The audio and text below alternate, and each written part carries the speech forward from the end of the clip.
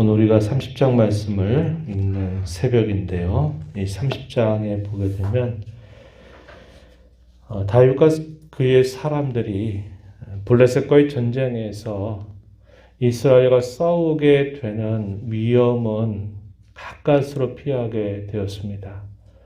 아기스 왕은 다윗과 그의 사람들을 전쟁에 데리고 나가서 다윗이 자신의 충신이라고 하는 것을 분명하게 드러내기를 바랬지만 다른 도시의 방백들은 어떻게 생각했느냐?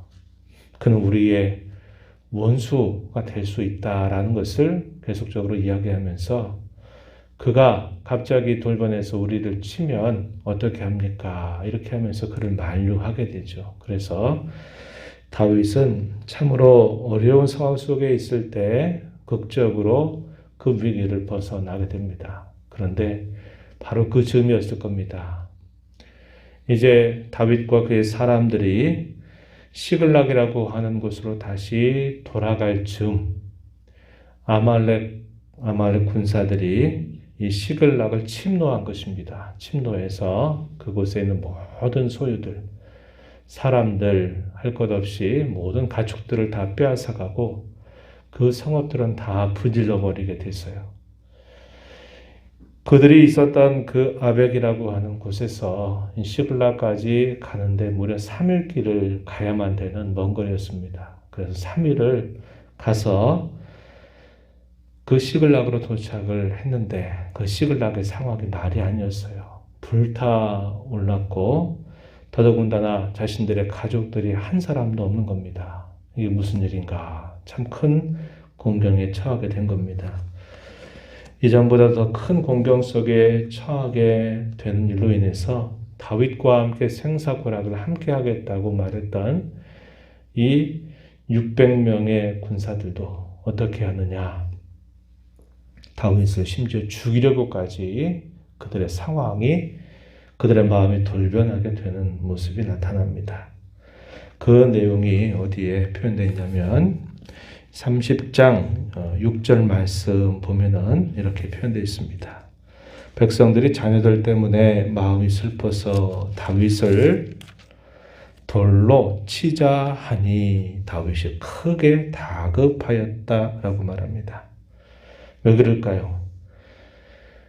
그들이 당했던 그 일들이 너무나 극심한 일이었고 심지어는 자신들의 아내 그리고 자녀들마저 다 빼앗겨 버려서 그들이 삶의 모든 것들이 한순간에 무너져 버리게 되니까 다윗과 함께 평생토록 살겠다라고 말했던 사람들마저도 그 책임을 다윗에게 떠넘기면서 다윗을 죽이고까지 했다 이 말입니다. 그럴 때 하나님께서 얼마나 그 상황이 다급하셨을까를 아셔서 또 하나님이 이 다윗을 붙들어 주시고 그에게 힘과 용기를 주시는 모습이 나타납니다.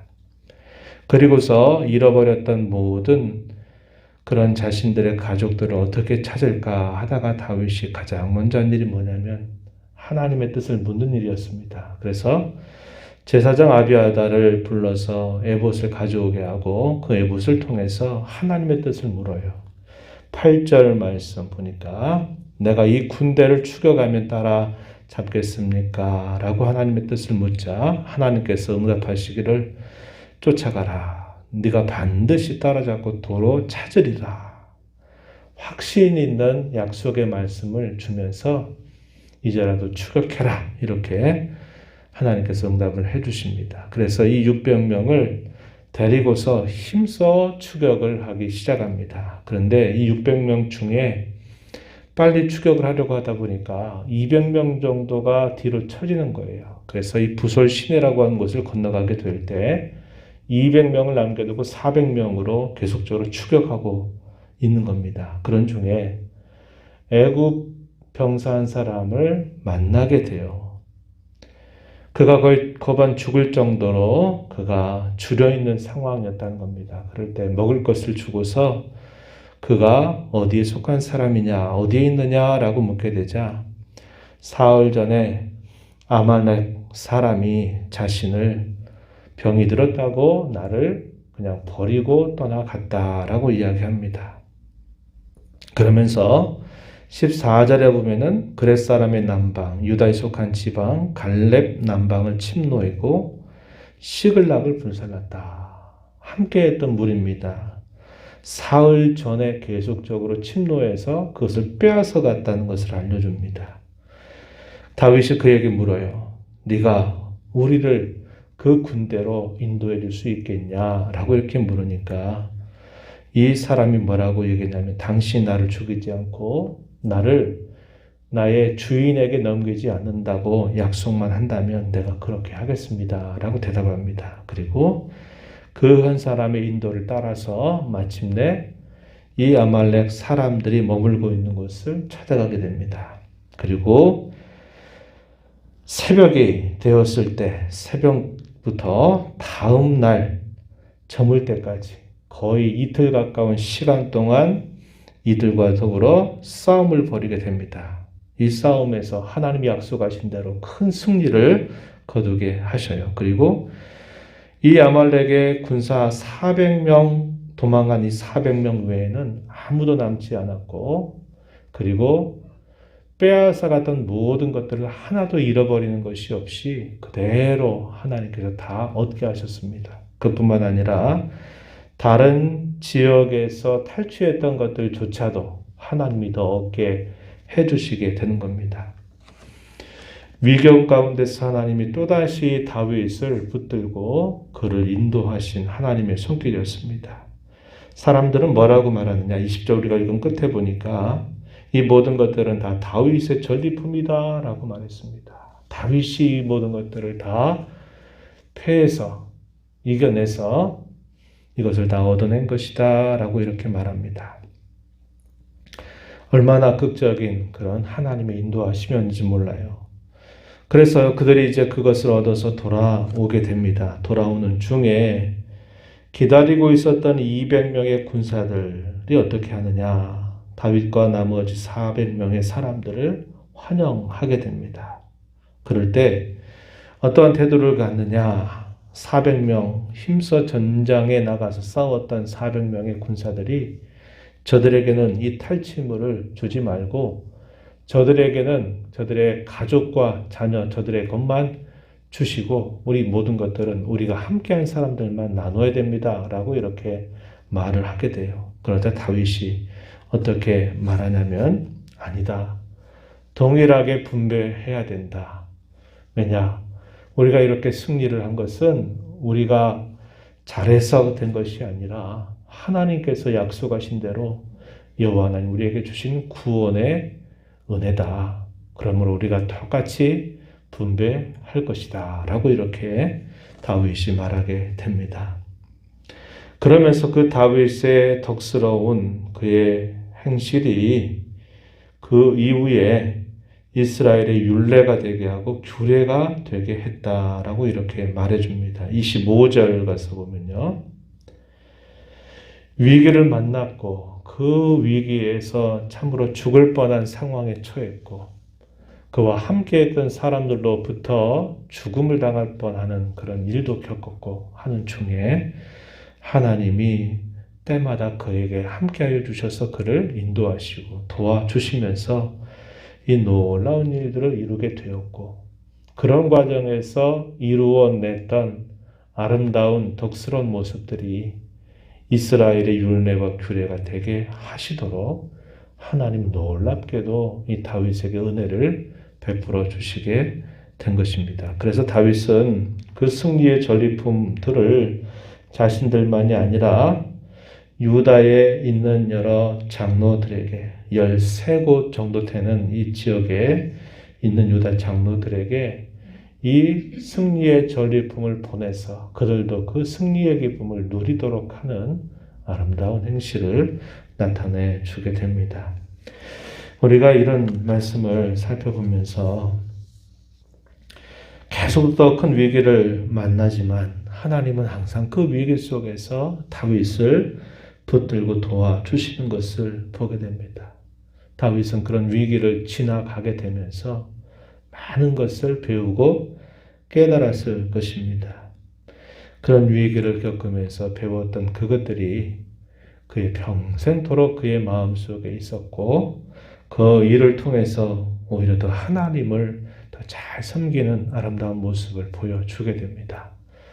우리가 살아가면서 위기를 좋아하는 사람은 아무도 없어요. 그러나 그 위기 가운데서 진정으로 우리의 도움이 되시는 하나님을 우리가 깊이 찾고 또 그 하나님의 손길을 경험하게 되고 하나님을 만나게 된다면 그 위기를 통해서 우리는 많은 것들을 얻고 배울 수 있다고 하는 겁니다.